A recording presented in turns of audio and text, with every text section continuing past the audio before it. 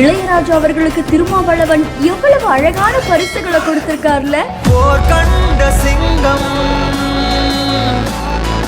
யார் கண்டு அஞ்சும், பொன்னாட போட்டி பூங்கத்தை கொடுத்து நினைவு பரிசா புத்தகத்தையும் கொடுத்திருக்காரு. மாறாது மாறாது இவன் வீரமே வீரன். இசைஞானி இளையராஜா அவர்களுடைய பிறந்த நாள்ல எத்தனையோ தலைவர்களும் பிரமுகர்களும் பிரபலங்களும் அவருக்கு வாழ்த்துக்களை தெரிவிச்சுட்டு வராங்க.